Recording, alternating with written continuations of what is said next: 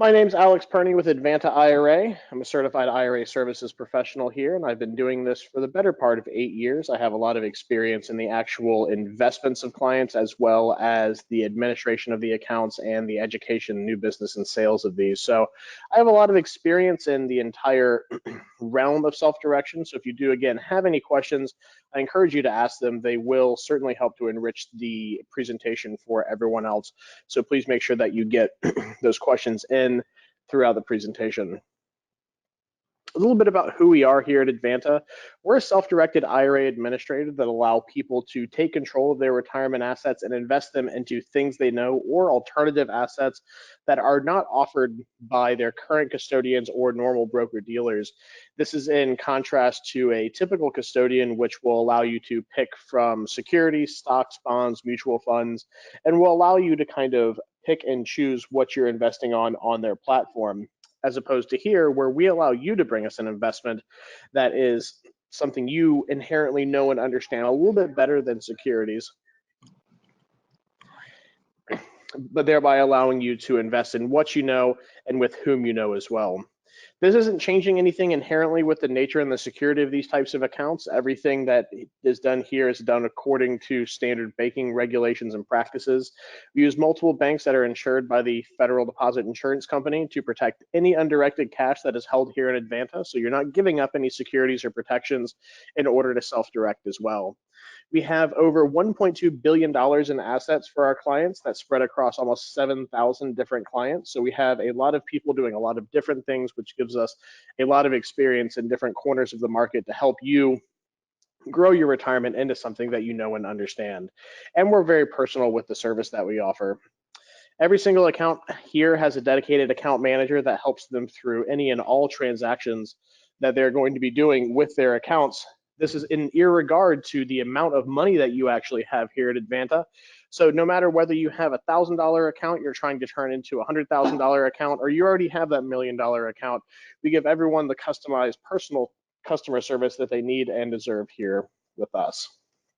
If you'd like to get some more information past what we're going to be presenting here today, please make sure you check out our website. We host all of our events calendar on there, so you can check out anything if you are local to any of our offices. Our main office is down here in Largo, Florida. We also have a satellite office for sales and marketing in the state of Georgia and Atlanta. So if you need any assistance live in either one of those places, please check us out. We also do hold events in our Georgia office as well. If you want to review any of our presentations that we have done in the past, feel free to check out our YouTube channel, Advanta IRA On Demand. You can see any of our catalog presentations, all of our recordings with all of our great guests and wonderful employees here. We keep right there. And then we also have an up-to-date industry blog. So if you're curious to know more about the inner workings of what's happening in the retirement industry, things like the Secure Act or other legislation that's coming through that might be interesting to you, we keep an up-to-date blog that'll help keep you abreast of any changes that might affect you and your retirement planning. Of course, before we start any presentation, we need to make our attorneys happy. Advanta IRA and our employees, we do not provide legal, tax, or investment advice, nor do we endorse or promote any products, and we are not affiliated with any other company, including any companies or individuals that are guest presenters. All information and materials are for educational purposes only, and all parties are encouraged to consult with their attorneys, accountants, and financial advisors before entering into any type of investment agreement. So that also brings up another interesting point about us here at Advanta. We do not advise you on the validity or the safety of an investment that you're doing. That is your responsibility as a client in self-direction to make sure that it is a good fit for you to be doing this investment. We can certainly field any questions with regards to the structure of the investment, if you can actually hold that type of investment in an account, but when it comes down to the understanding of the investment, if the investment is a good fit for you, if the investment will return what it is intended to return, those are things that we cannot advise you on, and you do need to seek legal or outside counsel in order to make sure you're getting the correct information for those. So what types of plans are available to you? Now, it's important to understand from the beginning of being able to turn hundreds into $1,000 profits, what is available to you. If you're starting from the bottom, not everything is available to you, and some things that you may think are not available to you actually are. So it's great to get a good baseline and really build that foundation of information so that way you can make the best choices possible so that you can get the higher returns that you are aiming for with regard to any type of account that you choose. Now, the most common type of IRA is going to be a traditional IRA. Most people are inherently familiar with this. It is a tax deferred type of account, meaning that you add in money on a deductible basis. So you add in money pre-tax out of your pay, or a lot of people are familiar with this account because it is what you can roll over to from a 401k or other type of employer sponsored plan. So if you're just getting started, it's really important to remember that most of these accounts can be started with contributions. You can start from the ground floor. You don't necessarily have to have an old 401k or a lot of money in the bank in order to actually get started with these types of plans. And also a good point to remember is that there isn't any restriction on the types of investments that we're going to cover with regard to the type of account. There's a lot of misinformation in the realm of retirement planning that you need to have a Roth IRA for a certain type of investment, or that utilizing an individual 401k is really the only way to do a certain type of investment. Nothing that we're going to cover here is going to preclude any of these types of accounts from investing in it. What you need to understand is where the funds come from for contributing to one of these accounts, meaning that is it going to be pre or post tax? Are the earnings going to be tax or exempt in the distributions of the account, and are the contributions going to be deductible or non-deductible? So it sounds like a lot, but it's really 3 key points, and we're going to get more into those in a minute. Again, the traditional IRA, starting from the left side of your screen, is going to be what you're most familiar with. You put money in, it grows tax exempt, and then you pay taxes on the distributions. Now, the traditional and Roth IRA got a little bit of a bump this year with regard to how much money you can add into them.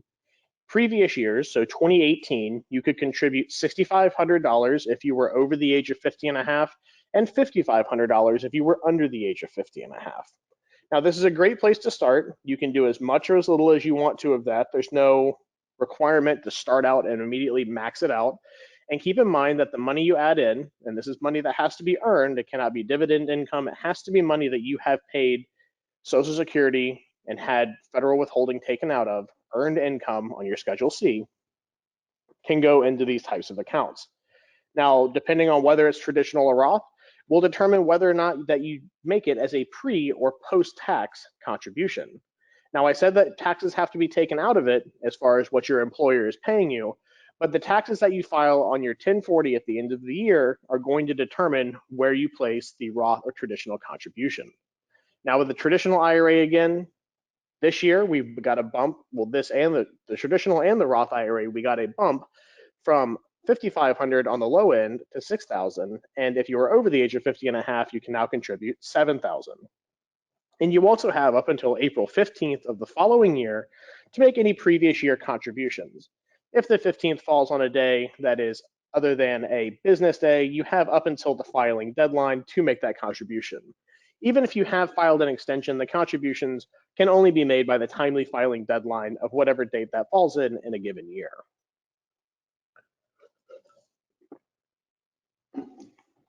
Now, there's several other accounts that are up here as well, and for good reason. The SEP IRA, individual 401k plan, education savings plan, and health savings account are all great places to start if you need to start from a small position or you're starting fresh. These are really interesting places to be able to get more money in. Because keep in mind, with the traditional and Roth IRA, that $6,000 or $7,000 is going to be your max you can put into either of those accounts per year. So if you have a Roth and traditional, you cannot put in a total of $14,000. You can only put in a total of $7,000, depending on your age, with regard to all of your IRAs lumped into one. Now, SEP IRAs and individual 401k plans are really great for business owners that are just starting out, because with these, you have much higher contribution limits that are going to maybe help you get to your goals earlier of turning those $100 that you're contributing into thousands of dollars in profits. The nice thing about these two plans is that if you have employment income, whether that be self-employment or you own a small business, you can contribute a portion of your salary or your profits into these plans respectively, depending on which one you're using, and their totals are roughly about $60,000. We're not going to be getting too technical into that with the beginning nature of this presentation, but understand that there are significantly higher contribution limits to SEP IRAs and individual 401k plans, especially if you're a business owner, that can help you get to your goals a little bit faster. Now, you did hear me mention everything except for the simple IRA. That is a personal preference. I feel that the simple IRA is an extremely complex organism that would be better left for its own presentation, and if I can have anything to do with it, not give the presentation. I try to make it a little bit, try to interject a little humor into this. The simple IRA, although it does have its own place in the retirement planning world, is an extremely complex thing to get into, and if you do have any questions, feel free to email me directly. The last two on there, and especially with regard to open enrollment opening today, so if you are participating in marketplace coverage, it is very good to understand what the health savings account can mean for you as well. Health savings accounts will let you contribute up to $6,900 per year, with irregard of where it comes from, into these accounts if you have a qualifying high deductible healthcare plan. And all of the profits grow exactly tax deferred, just as with a traditional Roth IRA. And if you distribute any of the earnings out of that account for a qualifying qualifying medical expense under your high deductible healthcare plan, they are completely tax-free. And if you wait till the age of 65, you can treat it like a traditional IRA and distribute the earnings with taxes paid. So it's a very good thing to understand, especially if you are shopping right now for healthcare coverage. The health savings account can be something that can be very powerful. And then the education savings account also lets you plug away $2,000 per year per beneficiary for qualifying higher education expenses if you would like to. So all of these accounts, granted a slightly higher amount of contributions for the SEP and individual 401k plan, are going to allow you to start small, grow your plans without having to pay any taxes, and really be able to turn those $100 contributions into those $1,000 profits you're really looking for.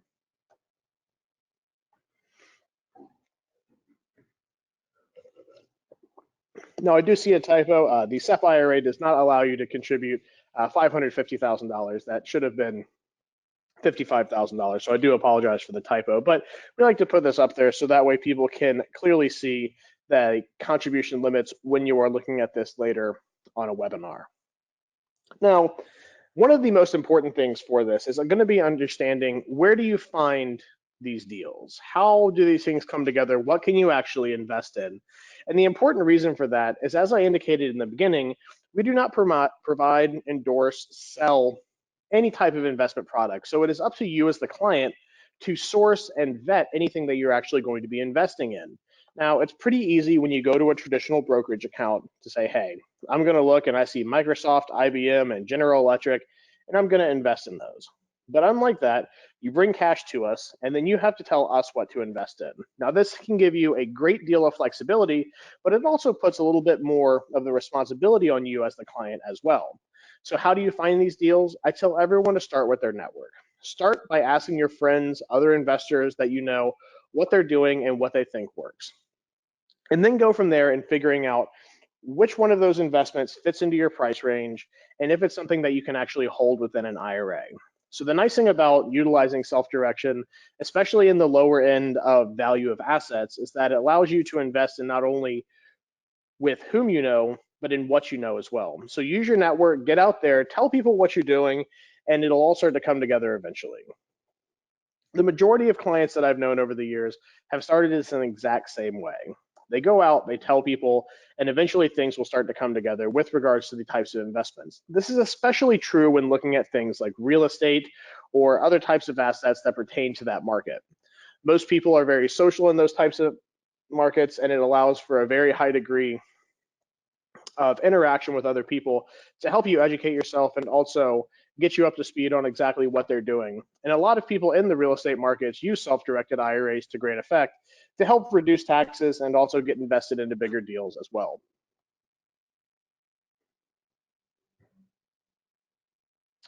All right, looks like we have a question. Clara asked, is there a minimum dollar amount to establish a self-directed IRA when a rollover is not involved? Great question, Clara. No, there is not. You can invest as much or as little into a self-directed IRA as you'd like, but keep in mind that there is going to be a threshold for what you're looking to purchase. So if you have something that comes up that costs $3,000 and you were able to make a contribution in that given year for that amount, you can certainly just make that amount. We at Advanta here do not have any cash minimum requirements. We have a lot of clients that invest in a myriad of different assets and actually hold zero cash with us. A common example, and we'll get a little bit into this, not too much, just so we don't give you too much information, are people that invest in LLCs and trusts, where we will move the amounts of money that are held here into another entity that the client will then in turn direct into the investments that they see fit. And this can have especially important bearing to the people that are looking to invest in potentially smaller value assets, as it might allow you to have a little bit tighter control, pay a little bit less in fees, and also invest and deploy your money into more things a little bit quicker than you would if you actually held the investments here at Advanta. So great question, Clara. Thank you. Can you please update the last slide again? He's asking to update the last slide.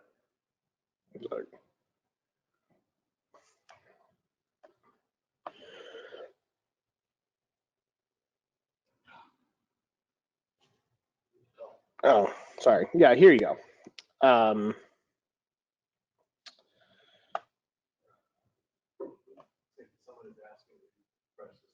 Yeah, no, I got it. All right, so there you go for the slide. All right, I believe we had one more question as well. Yeah, they asked us to do show the last slide. Yeah, okay. You're good. But you need to talk and explain it. Sorry.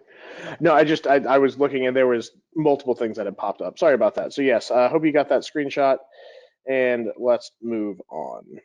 And again, please keep the questions coming. It does help, certainly. So what types of assets can you invest in with regards to smaller things? Now, some of these things inherently might be a little bit out of your reach, but it goes to show a little bit more about the scalability of this. So types of assets. A lot of our clients invest in real estate. Now, there are certainly there are much smaller dollar figure investments that you can use for real estate other than just buying a piece of property outright. Private stock. So if you know a friend or associate that maybe is starting a company and you would like to invest or get some money involved in that, you can certainly do that. People with the accounts that start with contributions like to invest a lot in precious metals. Now, you cannot invest in just any type of precious metal with an IRA, and it's good to understand, especially in this price bracket, what exactly that means. Things like golden American Eagles and coins that are sold strictly on their bullion constant value are available to be invested in with an IRA. Things like assay bars and South African Cougarans, or things that don't meet the minimum fineness requirements, are not considered to be investment grade per IRS regulations and therefore cannot be held by an IRA. Okay, if you have your IRA money in an LLC, can you have the IRA LLC transfer / move money back and forth to a brokerage account? Charles, yes, you can. Now, the only thing that I would caution people is that if you're doing that, and what Charles has asked about is what I alluded to earlier, is that if you have your IRA and instead of having us do the investments directly for you, you elect to invest it into a private LLC that you manage, you potentially could have some of the cash moved to a brokerage account. I would highly encourage that you are very careful with that and maybe involve us a little bit in that process, because I have seen LLC brokerage accounts that are owned by IRAs have erroneous tax reporting done for them. Now, not to say that all brokerages will do this, but more often than not, what I see people do is they will just transfer some of the money from the LLC to Advanta and then directly to another IRA brokerage at another company. Yeah, so we have another question from Elaine. Doesn't DoddFrank restrict investing in people's homes, instead only allowing investing in investment real estate? Now, that is a little bit of a deep question to get into, Elaine. I do appreciate it. DoddFrank, for those of you who are unaware, coming out of the 2006, 7, 8 financial crisis, there was a lot of legislation regarding lending that was put into place to help protect borrowers against predatory and other types of lending that was going on. and it became known as the Dodd-Frank Act. And what it does do is it puts a lot of requirements in there as to how you qualify a borrower who is going to be an owner occupant in the house that is going to secure the loan if it is a mortgaged loan. Now, yes, that does make it a little bit restrictive, meaning that if you want to lend someone money and they are going to purchase a house with it and then live in it, it makes you have to go through NMLS, mortgage origination procedures of verifying income and a lot of other things, credit. So it can be done, although it tends to be cost prohibitive from an investment standpoint. So for the majority of people that are lending out of their IRAs, they will only lend to people that are buying property for investment purposes, meaning that if my friend was going to buy a house and then rent it out, my IRA could make the loan to that individual a lot easier and a lot less restrictive than if they were going to be living in that house. So although it doesn't say an IRA cannot lend to an owner occupant of a house, you can certainly do it, but there are a lot of, and when I say a lot, there are a lot of other steps to consider, which might make it either cost or time prohibitive in order to do that as an investment for your account. But great question, Elaine. Thank you. Okay, so gold and silver bars and coins, again, are a popular investment for the smaller dollar figure because depending on what type of metal you're buying, silver obviously being a significantly lower cost option to gold with what it's currently trading at, can allow people to get investments in there and potentially hedge against some inflationary risks and other perceived benefits of investing in precious metals directly while not having the downside of not holding a tangible asset. A lot of gold and silver investments can be sold on certificate or traded value, meaning that you don't actually own the physical metal, you just own a right to it or a traded bond in some cases. So the ability for an IRA account to hold these precious metals directly, you are actually buying the coins, they're actually held in a vault, is very attractive for a lot of people in this price point. LLCs we'll get to in a moment because they have their own special place in the smaller figure of valued assets. Private equities, there are some out there. I do like to leave this up there because if you know someone that's starting a business or someone that may potentially need money for business activities, they might offer equity in their company or some other type of incentive. While a lot of people aren't selling equity in their company for $6,000 or $7,000, if you've done a few contributions and you know someone that is looking to do that, it does open up that opportunity for something that can be considerably cheaper than maybe buying a $200,000 house. Commodities as well, farm animals and equipment, although the last two may seem like a joke, it really is not. We have seen plenty of people buy rights to animals, whether that be breeding rights, whether that be slaughter rights. There are a bunch of different ways to get involved in the agricultural industry with regards to investments. And if you understand that industry well enough or do enough research, you can certainly be able to make a return on that type of investing as well. Okay, Ed asks, is crowdfunding permitted? It is. Now, depending on your income and depending on if you whether or not you qualify as an accredited investor or not is going to determine what type of crowdfunding you can be involved in. But for the most part, under the Jobs Act that was initiated by in the second term of the Obama administration, crowdfunding has been opened up significantly under the Jobs Act for people that are not accredited investors. And we do have plenty of people utilizing their IRA for different crowdfunding platforms. It doesn't necessarily just have to be something that is produced with a big flashy website. It can be something a little bit more grassroots, a little bit more bootstrapped, if you will. But yes, you can certainly get involved with crowdfunding platforms. And also equipment. We've seen people do various purchase and lease of equipment deals. So again, equipment can be anything from a tractor to a combine to trailers, work trucks. There's a lot of different things that can be done with regards to equipment and assets that can generate revenue for your IRA. And the big thing I like to point out with this is that if you think something can make money, then there's a high likelihood that you can actually utilize your IRA to invest in it and make that money and not have to pay any taxes. All right, let's get another question roll in. All right, Greg asks, how is the annual fair market value determined of various assets, such as real estate, notes, gold, and silver? Does Advanta IRA report this annual filing to the IRS? So there are a couple parts to that question, so it necessitates a couple answers. Does Advanta report the annual filing to the IRS? Kind of. We report the annual value of your total account to the IRS. We do not report the holdings of your IRA, nor do we report the substantiation and backup that you send us to verify the asset's value. Now, how do we determine, or how do you provide the determination of value for something such as real estate?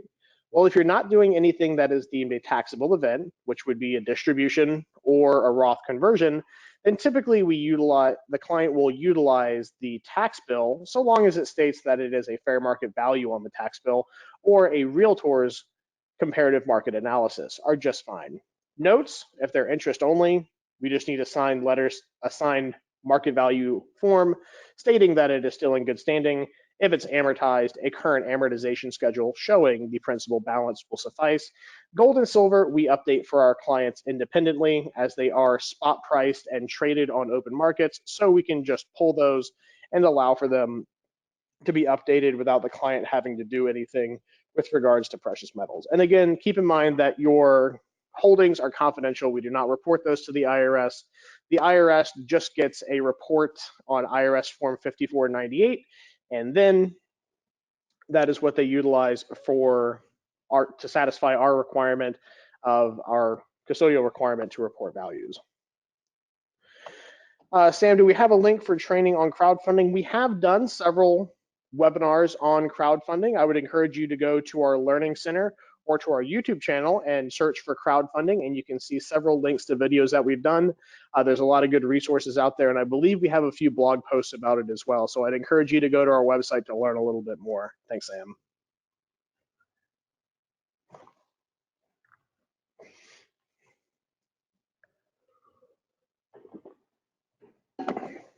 If it'll advance the slide. Come on. Okay. Paper assets. There's a lot of things in this category because there's a lot of different ways to get involved with what are deemed to be paper assets. Now, what is a paper asset? Well, it's an asset that's written on paper. Financial humor, if you will.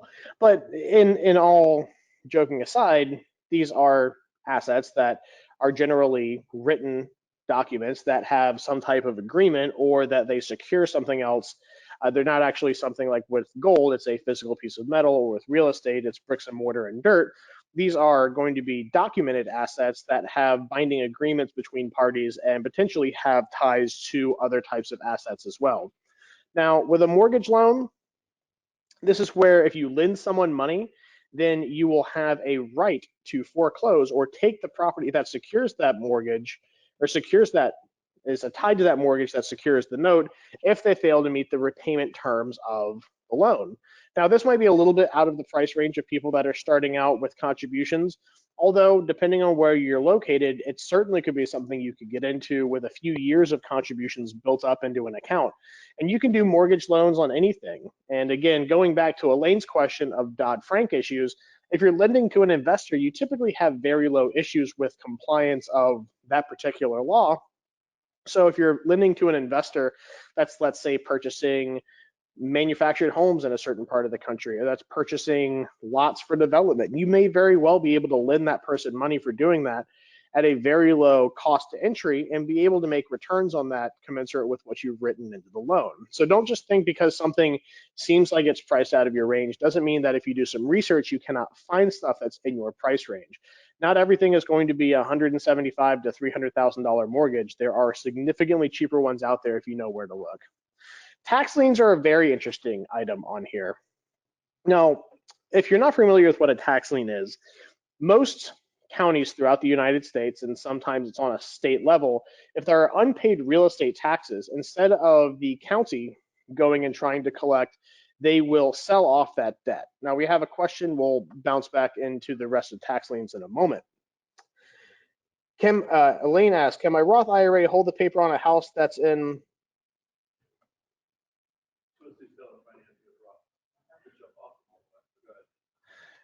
can my Roth IRA hold the paper Yes. So if you want to do owner financing and you want to carry back the note on a piece of real estate, that is just fine. Thanks, Elaine. So tax liens. If you are any county that sells their debt, so if they have X amount of months of unpaid taxes on a piece of real estate, they will in turn sell the right to collect on that debt at auction. Now, you pay essentially the debt, and then you are able to then in turn have the right to collect it from the person paying back the county tax bill to bring it current. Typically, these things will have a fixed rate of return for you, which is factored into a penalty for the actual person that owes it. So typically the rates of return on these can vary anywhere from about 9 to 18%. And then if they fail to repay that, then you can apply for a tax deed and actually get ownership to the property. Now, keep in mind that although it sounds very attractive to be able to buy a couple $1,000s in unpaid real estate taxes and then get a full piece of property from it, you are going to be in second position to any other outstanding debts that are on that property. So keep in mind that it can be a little bit of a risky proposition to actually go forward with a tax deed foreclosure if it does come to that. Okay. Debenture notes. This one's going to be a little bit more exotic. This is going to be a little bit more closely associated to convertible debt with a private company. Option contracts we're going to get to in the next slide. Assignments, some people refer to it as wholesaling. Joint venturing, let's spend a little bit of time on that. Now, joint venturing is really interesting because it's just like what it sounds like. You are joining with someone to create a new investment or bringing together more capital that will allow you to take down a potential bigger asset than you would alone. So think of joint venturing just like partnering. When you go in and you find someone else or another entity that has money that would like to invest in something with you. So if you find a good deal, but your IRA doesn't have enough money to take it down yourself, find someone else to come in with you and go in as a partner to allow you to excuse me, invest in that entity. So you can do these in any splits that make sense. You can do it 50-50, 70-30. You can even buy 1% of something if someone else is willing to put up the money. And just keep in mind that in the rates of return that you see from the, or I should say, the returns that you see from this are going to be drawn along the lines of partnership. So if your IRA is only 1% of $1 million deal, then it's only going to get 1% of the profits when it comes time to close. So just keep in mind that joint venturing, you cannot get an unweighted return depending on how much money you add in. Ed asks, losses stay in the IRA and therefore it doesn't benefit the IRA owner. Correct, Ed. So if you do have a loss on an investment, it does not make a profit, but it actually creates a loss. So you either get back less than you invested or you lose more than that. That is not something that you can claim on your personal taxes. And there's a few reasons for that. One, an IRA is a different entity from you in a legal sense. And two, since there already is a tax benefit of doing this within that account, and you do not file the return, you do not file the profits of the IRA on your personal return, then in turn does not allow you to pass on any losses to yourself personally as well.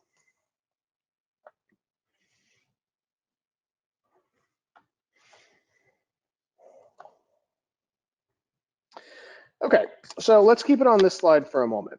Now, these are the types of things that I like to spend a little time on because it makes a lot of sense for people looking to start small and then move into a bigger arena to get a little bit more information. Now, tax deeds and tax certificates, you're going to get a fixed rate of return.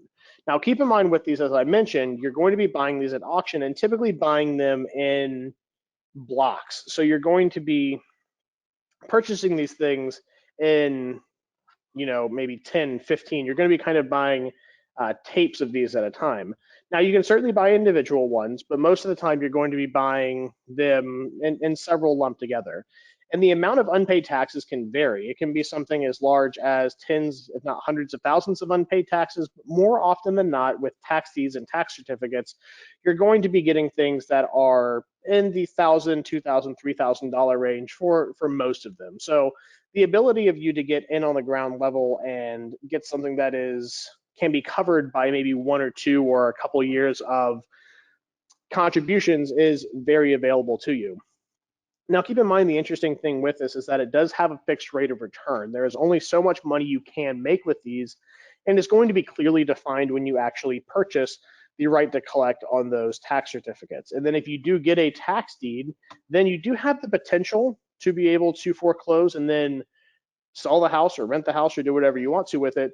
But if there is other liens on the property, if there are other debts that are owed on it, such as mechanics liens, other mortgages or things like that, you might have to have a lot of money in order to clear up all the things on title in order for it to actually be a viable investment for you owning the property. Short-term loans. Now, not all loans have to be secured. You can have a loan that is personal in nature to a friend, to someone that you know from church, to really anyone that you find that is not going to be your mother, father, son, daughter, or spouse. You can lend them money.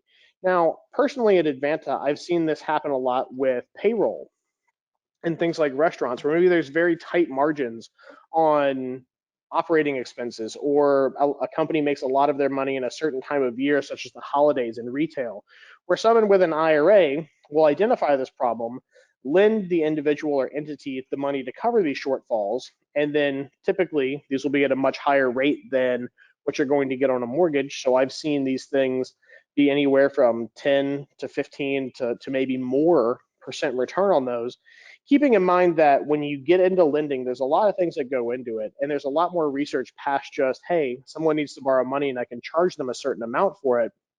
There are rules such as Elaine said with uh, DoddFrank. There are things what are called usury laws, which govern the amount of interest you can charge on a particular loan, and those are going to be governed by state. So wherever the money is being lent, where that person resides is typically where usury is going to be determined, and those change from state to state. So you need to make sure you're not violating any rules, especially when it comes to lending people money.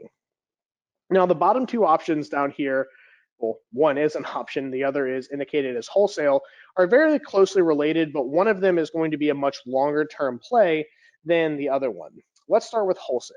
A lot of people have heard of real estate wholesalers, grocery wholesalers, wholesale clubs. Well, what does that mean? That means that someone is, in the real estate sense, someone is signing a contract to purchase a piece of property, putting a deposit down, having a legally binding contract for a certain price. Typically, it's going to be a 30-day closing. And then they are finding someone who is willing to purchase that property for more than the contract states that they have.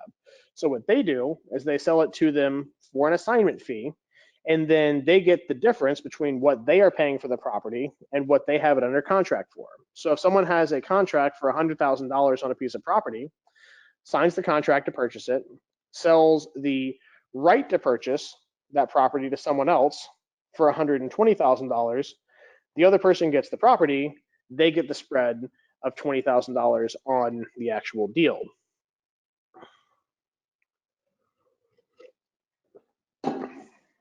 Now, this is, in the most basic sense and the most boiled down sense, is an option.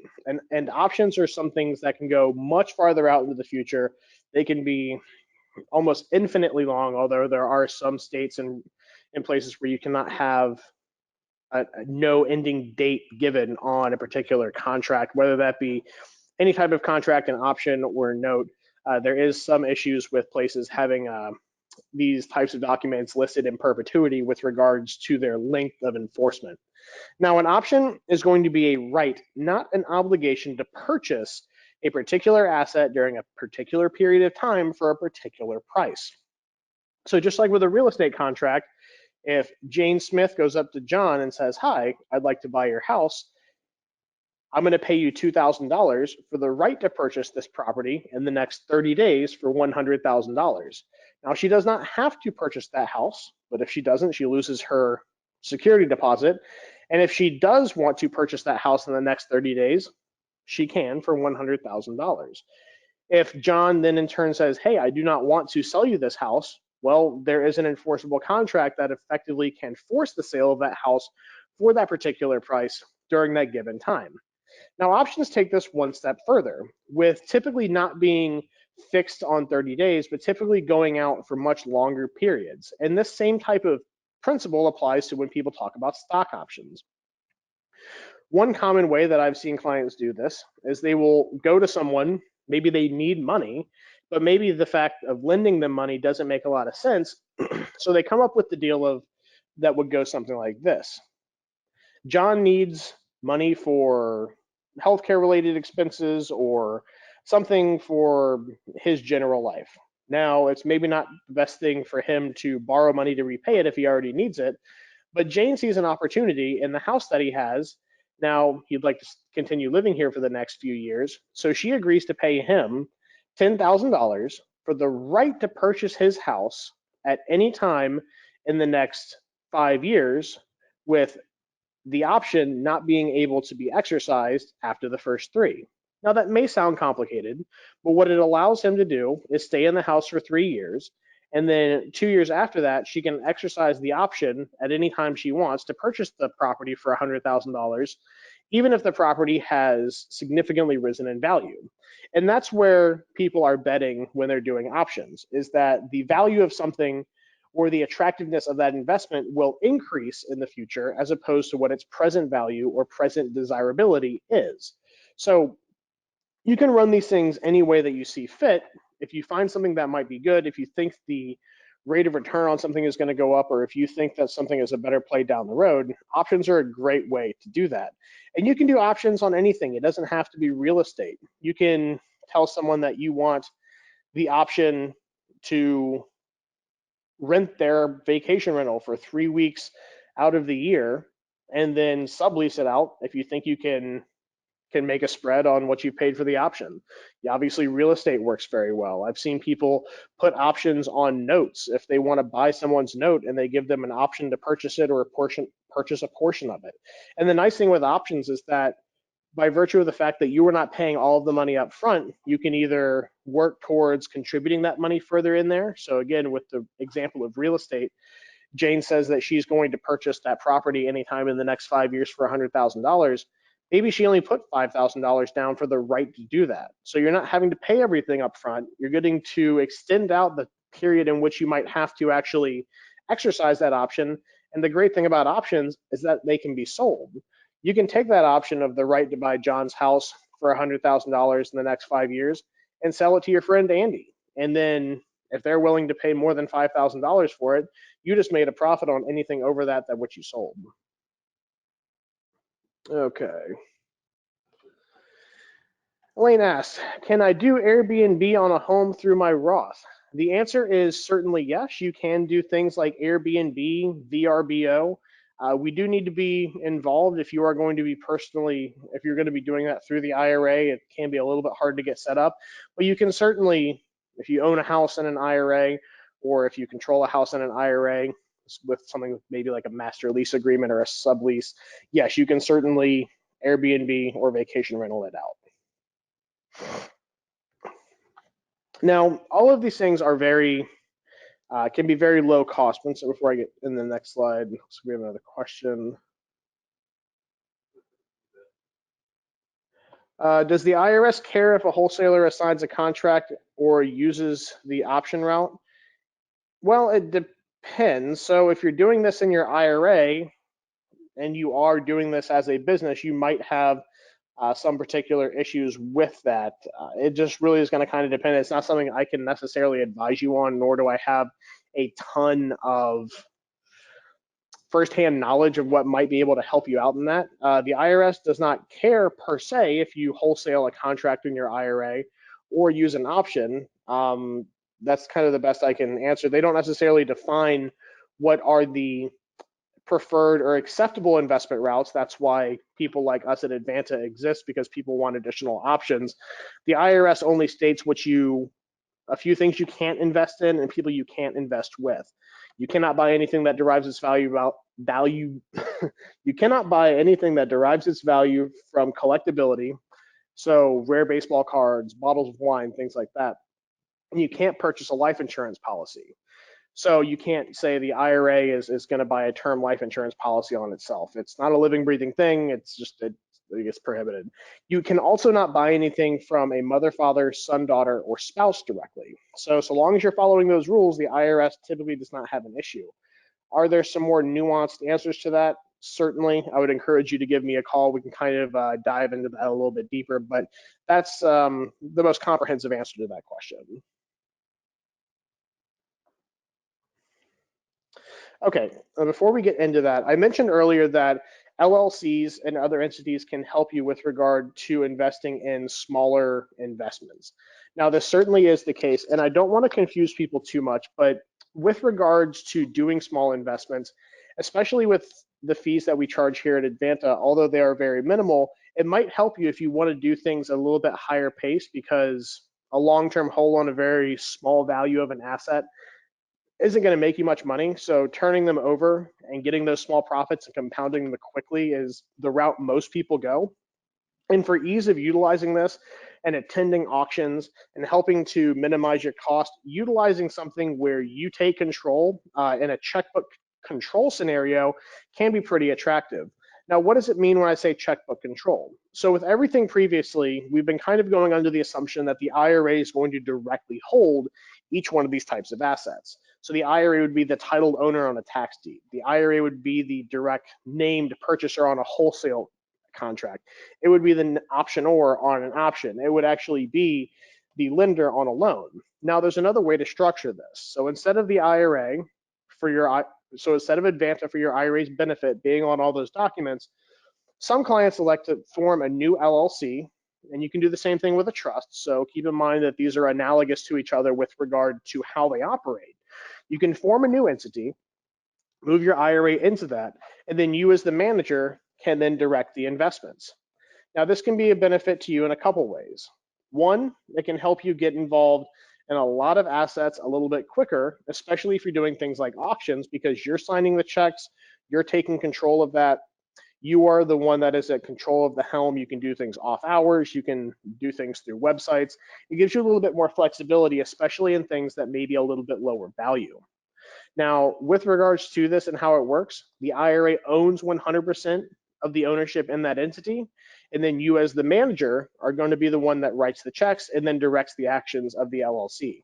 We at Advanta just hold the ownership of that particular entity for your IRA.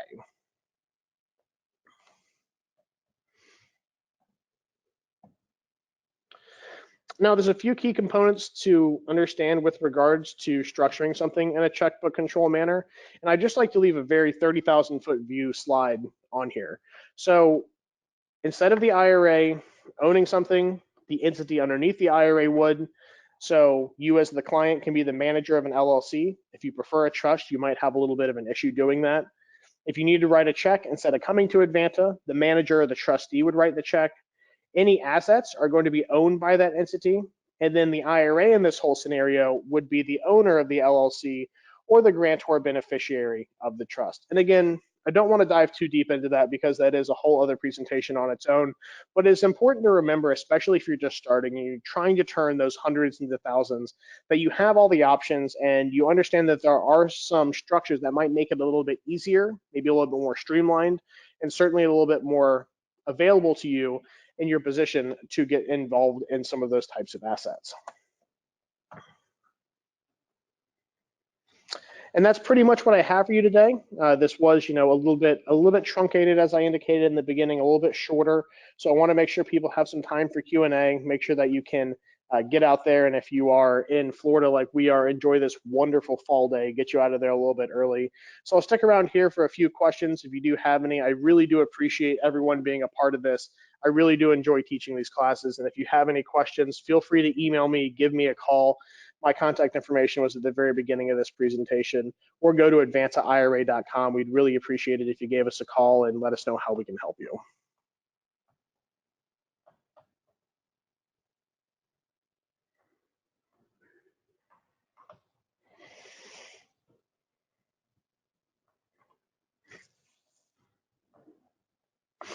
My pleasure, Elaine.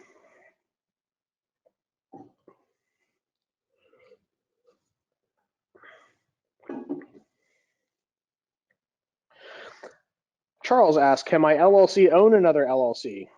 Sure. If you'd like to have that done, that's not a problem. You can certainly layer things like that, where an IRA owns an LLC and then that LLC in turn owns another LLC. You can certainly do that. I believe Martin Scorsese did a movie similar to that, but yes, Charles, you can certainly do that.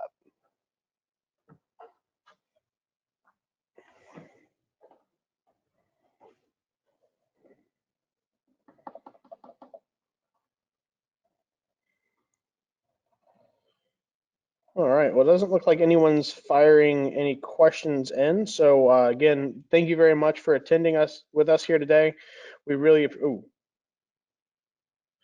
another question just popped up. That would not be considered a prohibited transaction because it is with the IRA. So long as you don't own that other LLC, Charles, I don't see a particular issue with that. If an IRA owns an LLC and then that LLC wants to be a member of another one, it doesn't pose any particular issue in my mind, so long as that you don't own the subsequent LLC that it's purchasing. Personally, that is.